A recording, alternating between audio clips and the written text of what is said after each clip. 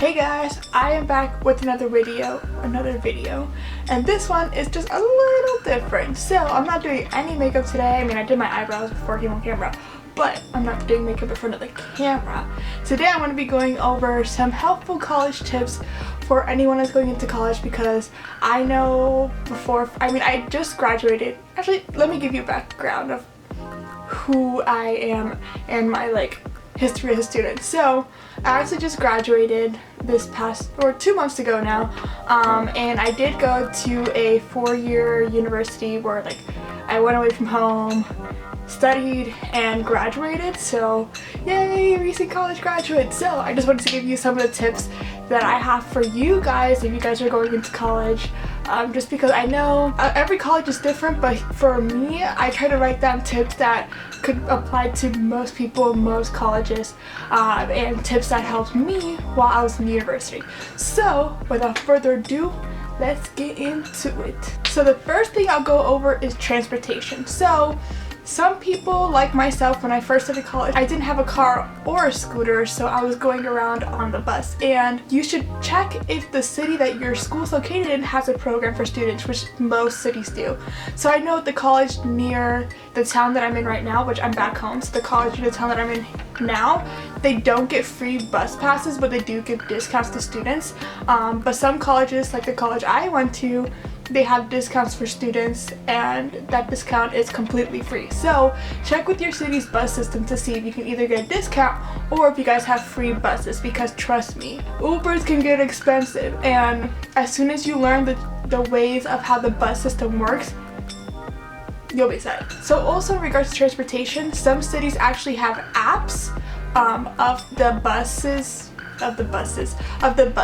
So if your city does have an app, that's definitely helpful, because you can have the PDF on your phone if they don't have an app, which is helpful. But if you do have an app, that app may be able to help you guys with tracking the buses, setting a reminder. And I had an app for buses in the city that my school was located in, so I would definitely say if they have an app, download it, because it is a lifesaver and it gives you live tracking of where the buses are. Also, on the note of transportation, a third thing that might help is maybe your school has a discount code with Uber or Lyft. So the school I went to, they had a program for a while. I think they stopped it a couple months before I graduated, but they did have a program throughout most of my university time where you were able to get a discount code through the university specifically to then put into the Uber app, and then you were able to get, I believe it was 50% or 25% off of an Uber in a specific area, which was most of the city. So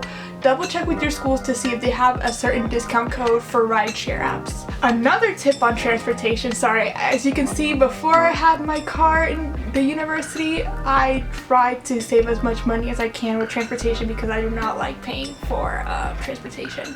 But another thing you can do is see if your school itself has a bus that can pick you up and drop you off to a specific spot on your campus.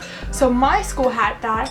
So the way it worked was there was an app, it was called Rider, I believe, and on that app you can search for different stops where the shuttle would pick up and drop off students.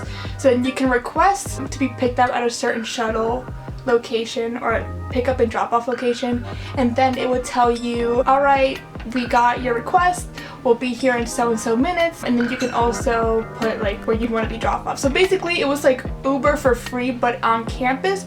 So try to see if your school has a shuttle service provided for free for certain locations you can go on campus. Oh, and just to note, that app was available for after school hours, so it wouldn't be available to drop off students in different locations for their classes. But say for example your friend lived on one dorm on one part of the campus and you lived on another dorm on another part of the campus, that would be able to help you with getting to and from, if say for example the bus wasn't working or you just didn't want to walk. Just trust me, it'll help if you don't want to walk. I know I used it a lot because I didn't want to walk alone at night, so just to be safe, check to see if they have a shuttle app. So I guess we'll go on to housing. So I lived on campus my first year, and then I lived off campus the last 3 years. So when I lived on campus, I lived in a dorm. Everybody really has this tip, but most of the dorms are going to give you a list of what you can and can't bring, and definitely try to get your hands on a copy of that because that definitely helps with knowing what to buy when you're buying stuff for your dorm. But one thing that helped me throughout the college career, both on and off campus, was buying a mattress pad. When I tell you those beds are hard like bricks, they're hard like bricks. I felt like I was like in the Flintstones cartoon, just like sleeping on a rock. Like without the mattress pad, it was so hard for me to go to sleep. But after I got one, I slept like a baby compared to how I was sleeping on a rock. Now I was sleeping with a rock with like a little bit of pillow on it. So definitely try to get a mattress pad because you're gonna want to get good sleep, and it's gonna be hard to get good sleep when you're sleeping on a rock. And another thing about housing is if you're going to live off campus, I said off weird, but if you're gonna live off campus, double check to see if the apartment or house or whatever you're renting has furniture.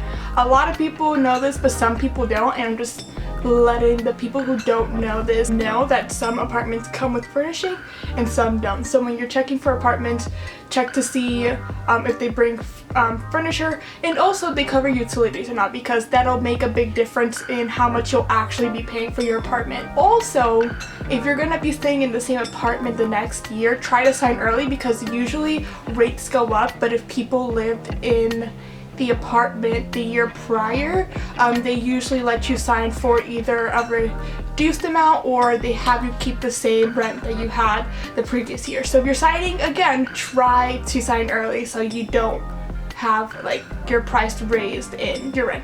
And this goes for either on or off campus, but if you are sharing an apartment or a dorm, try to communicate with your roommates. Even if you know them or not, try to see the best way of communication. I think freshman year, my friend made like a Facebook group for all of us. I believe it was a Facebook group, but then the years after I lived with my friends. But even though I didn't live with my friends, I would still have some like group chat with like the roommates and stuff, just to communicate and see what you guys have that you can bring and what you guys don't have, so you don't bring double of a certain item, because there's just no point in spending money when you don't have to. So if you can, try to get your roommates in like a group chat so that you guys can communicate and see what exactly you guys can bring to the table and spend less money, because trust me, you're gonna want to spend it when you're actually in college. Now I guess I'll go into like a subcategory of clothing. So when you're in college, most people in the beginning will try to dress nice, but in reality you're probably going to end up in sweats and leggings. So make sure to bring a bunch of comfortable clothing, because you're going to be studying and you're not going to want to be studying in super tight jeans. You're going to be studying in leggings and sweatpants and baggy shirts. So make sure to bring enough comfortable clothing for yourself. And another thing for clothing is invest in a good winter coat. So before I went off to college, I actually worked at Levi's, which is so funny because I'm wearing a Levi's shirt now.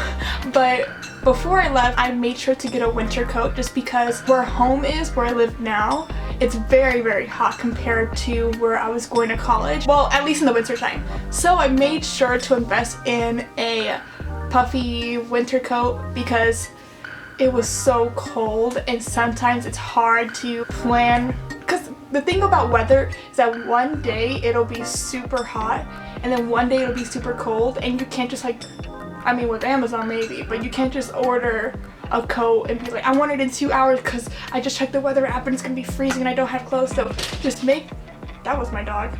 But just make sure to bring a good winter coat, because it's gonna get cold. Well, depending on where you're at in college, but most places get really cold in the winter. And if you're in a state like I am, where it gets super hot, and then in some parts of the state it gets super cold, and you're gonna be in that part of the state, you're gonna want to make sure you have something to cover yourself with. Also, another good thing about college is the amount of free shirts you get. So if you see that you're walking towards a plaza and they're handing out free stuff and you gotta talk to people, I know it might be hard because you just might be like, I don't feel like talking to people, but free shirts go a long way. You don't have to buy extra clothes. They're gonna be your study outfit. Like, trust me, if the people are handing out free shirts, go to that table and pick up one because it's a free outfit. This is the last one for clothing. So double check with your school to see if they have a program where you can get a student discount on clothing. I know most stores would have student discounts itself, but in my school, actually, they partnered up with JCPenney when it came to like career fair time, and they gave students an additional discount. So make sure to keep an eye out for that, like Facebook pages from your schools,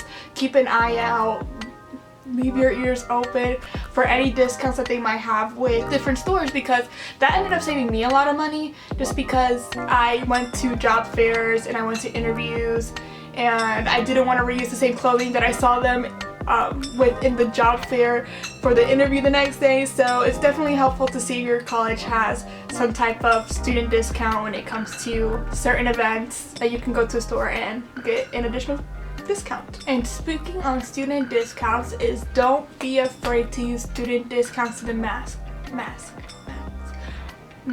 So I love saving money.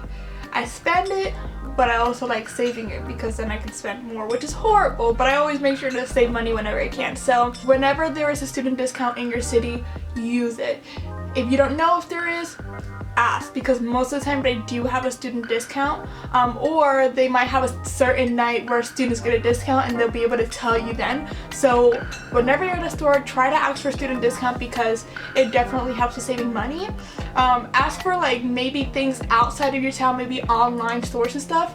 I use the app Unidays, and that helped me save a lot of money whenever I was like online shopping, just because all you would have to do is sign in with your university email, and then they like verify with like your university email to say you're actually a student, and it takes like, I don't know, like 5 minutes to do that, and then you're able to get the discount for Hulu and Spotify. That's where that discount comes from, and a bunch of other discounts. So definitely sign up for Unidays if you want to get discounts on like electronics, subscriptions, clothing, and things like that. And then the last thing on deals is to make sure, this is just a foodie in me, but make sure you just set aside some time, like syllabus week, because you're not going to be doing anything, to search out food places around campus and what days they have specials, because most of the time they have specials. Like I knew for me, I'll tell you, so if I remember right, because I haven't been in school for a while because I had to leave early because of COVID, but Monday I think was the wings day, and also another restaurant had like pita sandwiches on sale. Tuesday was like a burger place and a Taco Tuesday. Wednesday was another burrito place, had like a discount. Thursday, Tijuana Flats had like a discount, and it was like an all-you-can-drink at this one like bar. And then I think Friday, Saturday, Sunday was kind of hard to get discounts because that's days that people actually go out, and restaurants aren't going to bribe people to spend money. But try to keep those days in your mind, just because you might be the type of person who likes to eat at home, but there will be days where you'll forget to bring your lunch, or you just flat out just feel like eating out that day. So if you keep the restaurants in mind, you'll be able to save money and enjoy the place that you're eating. I lied, this was not really a tip, but just make sure to be okay with cutting corners. Like for me, I used to spend $40 every 2 weeks on my hair because I used to have my hair relaxed. And the first semester I was like, okay, I cannot spend $40 every 2 weeks to do my hair. Like that's a no-no. So I would do my hair by myself, and that worked for a while. I eventually ended up going natural, but that worked for a while. My hair looked fine. Like, yeah, there might be some months where you gotta go cut your hair, which is completely fine, but spending money every free like 2 weeks to go do my hair just wasn't reasonable as a college student. So be okay with cutting corners and, you know, doing things yourself for a little while, because in the long run, this is only 4 years of your life. Maybe if you go to grad school a little longer, it's okay to cut corners. We all do it. So campus resources. So as I said before, everyone's campus resources are different, but I try to list out things that I think most universities have so that you're able to, you know, have a stress-free life as a university student. So the first resource I used a lot was the free printing at my school. So I know some apartments might have a thing where if you bring paper to the common room or like the study area, you're able to print for free. But sometimes you just don't want to spend money on paper, or you just don't feel like it because you just don't. So I would definitely use the free printing resource at your school. The way it worked for my school was, I believe we got 250 free pages each semester. And what I would do personally is, well, most people did this because there was a long line whenever I did it. But since syllabus week was so light, you didn't have much work to do, I would just set a certain time and a certain date to just go to like the computer lab, which is where the free printing was, and print out all my syllabuses or syllabi, all of the lecture notes, because I like writing down my lectures physically, and just print out anything I really needed that I knew I could have printed out from the printing lab, just because one, you save money, and two, you have your resources prepared so that when you do hit like the second half of the semester, you can whip out those already printed notes and be ready for lecture. Your university might have more than one area to print. So I know for my university, we had the main printing lab and the student union, but a lot of people didn't know there was actually another place to print, and that was in the business school. If someone does work in that main computer lab, ask them, hey, is this the only place where I can print? And sometimes they'll tell you, yes, this is the only place you can print, but if there is another place, they'll be able to tell you, so you don't have to wait in those long lines if you do want to end up printing, I don't know, resumes later on in the semester. Another resource I used a lot was reserving rooms at libraries. A lot of universities do this that I know of, but you can actually reserve a study room, and you can reserve, I think, up to at least for my university, it was up to 2 hours. It might be different for other universities, but that really helped because I sometimes needed that space to just study and not have people around me, because libraries are going to be packed. That's just how libraries are. So if you can have a room to yourself and you want to have a room to yourself, check and see if your university does have a renting room for students so that they can go ahead and use it. So there can either have two types of reservations. So check to see not only if they have study rooms, but also check to see if they have places where you can go ahead and take your online test on campus. I didn't really use this resource because the internet in my apartment complex was pretty reliable, but some people might not be in that situation. So I would go ahead and ask your librarian to see if you do have that resource on campus, just because you'll have like a reliable place to take your test, and you'll have some type of like, I guess, written record, so that if the Wi-Fi does break, you can say, hey, I was on campus, I was using, I don't know, the wired internet. If the testing room does give you a wired connection, so that your professor knows that you actually planned ahead and you weren't just, you know, scrambling at the end just to take your test. Definitely check to see if you have study rooms just for studying, and then also see if they have testing rooms for you to take your test. So one thing I just want to stress, because you guys may be like me and you want to be an overachiever and do any and everything, but don't overload your schedule. So freshman year, I took really hard classes that I should not have been taking. I was taking a senior level class, and I didn't need to. I could have just taken a regular class and took that senior level class when I was a senior. But if you can, try to, you know, set a normal schedule. Don't try to overload yourself. I know it may be hard because in high school you did every and anything under the sun, but when you're in college you have to adjust because it's not the same as high school. So try to give yourself a normal schedule in terms of classes, and also don't overload yourself with clubs. And I know a lot of you guys may go to, you know, like a club fair where people are telling you, oh, here's this club, and you're interested in like 10 different ones. But I would suggest, I had a job, so I really only had room for 2 clubs to be involved in. So maybe if you're not a part of like a job or I wasn't in a sorority or frat, but if you are a part of those, I'm guessing it's like a job where like it takes up a lot of your time. So if you're not in like a job or sorority, I would definitely stick to up to 3 or 4 might be too much, but if you want to 3 clubs, but if you do have a job, I would definitely say 2. I had a job, I had a full load of classes, and 2 clubs was good. Like, it wasn't stressing me out. I was able to, you know, participate as much as I could in it, but definitely just don't overload your schedule with super hard classes you don't need to take at the moment, don't stress yourself out. I wouldn't even say much, just don't stress yourself out. Like, it might be hard because you're super ambitious, but just don't stress yourself out. And also stick to two, I mean, this is just my advice, stick to 2 clubs if you have a job, and 4 is stretching it. But if you really want to join 4 and you don't have a job, go ahead and do it.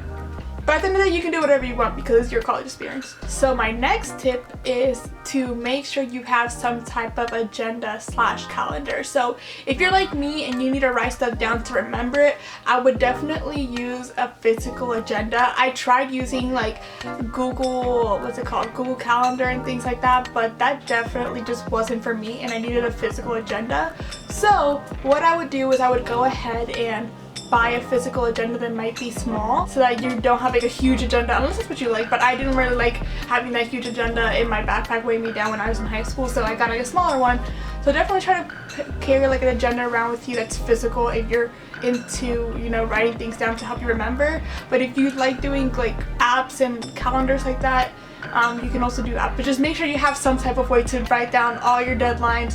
And when it comes to deadlines, open your syllabus, and the first week of school, I usually do the first day because I like to have everything set for the semester, but on the first week of school, the latest, you should have all of your deadlines written down in your agenda, because deadlines may change and that's fine because professors always end up like extending deadlines, which is cool, but if you have the original deadline, you're not gonna miss the extended deadline, if that makes sense. So just make sure you have somewhere to write down deadlines and do it the first week of school the latest. So the next thing I would do is, if your school has any apps, I know a lot of schools use Canvas and my school used Canvas. I downloaded the Canvas app just because it was helpful with actually reminding me of deadlines and things. So you can set it to like give you reminders of when things are due, or if like you're in a discussion and you need to respond, it'll also give you like notifications. So the Canvas app really helped me because I was able to like